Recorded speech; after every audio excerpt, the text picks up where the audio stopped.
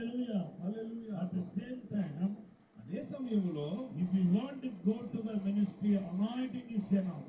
నీవు పరిచర్యకు వెళ్ళాలి అనుకుంటే నీకు అభిషేకం ఉంటే చాలు. John 3:34, the Holy Spirit poured upon Jesus in all his fullness, and he spoke the word of God. యోహాను సువార్త 3:34 ప్రకారము ఏలైనగా దేవుడు తాను పంపిన వానికి కొరత లేకుండా ఆత్మను అనుగ్రహించును గనుక ఆయన దేవుని మాటలే పలుకును.